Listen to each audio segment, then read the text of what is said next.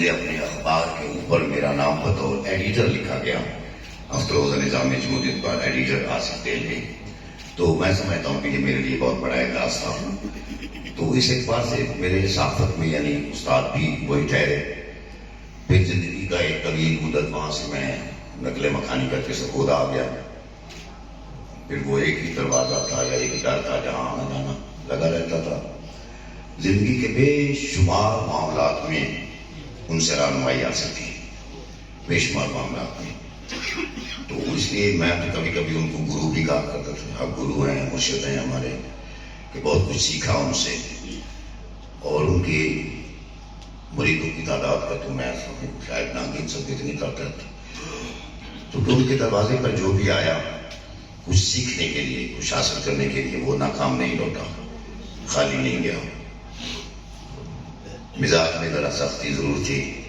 مذاق کے حوالے سے یہ ایک خاص جو بات تھی کہ شعراء حضرات بھی تھا، لیکن عام انسان بھی ہوتے نہیں ہیں۔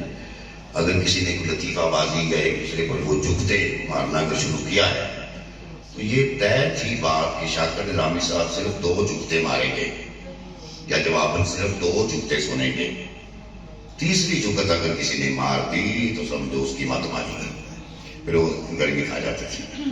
تو ہم بار کہا کرتے تھے کہ شاکر صاحب کے ساتھ جی پھر یہ بات تو نہ ہوئی نا کہ آپ ہمیں جھکتے مارے اور ہم نہ مارے، بول نہیں بس میری ہاتھ ہے، بس 2 سے زیادہ نہیں۔ تو یہ بھی ان کا ایک مزاج تھا۔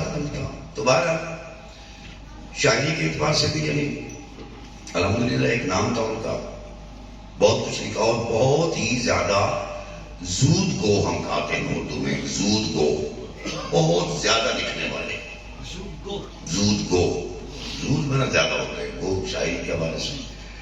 ہمارے یہاں عام طور پہ شعراء جو ہیں ایک روایت جو ہے، پابندی تو کوئی نہیں ہوتی شعروں کے غزل میں کتنی ہونی چاہیے، لیکن طاق ان سے کہا گیا ہے اساتذہ کی طاق تعداد رکھی جائے، تو اس لیے عام طور پر یہ ہوتا ہے کہ 7 شعر جو ہیں عام طور پر رکھے جاتے ہیں غزل میں، کیونکہ وہ نہ زیادہ لمبی ہوتی ہے نہ بالکل مختصر ہوتی ہے، ایک مختصر وقت میں وہ سنائی جا سکتی ہے۔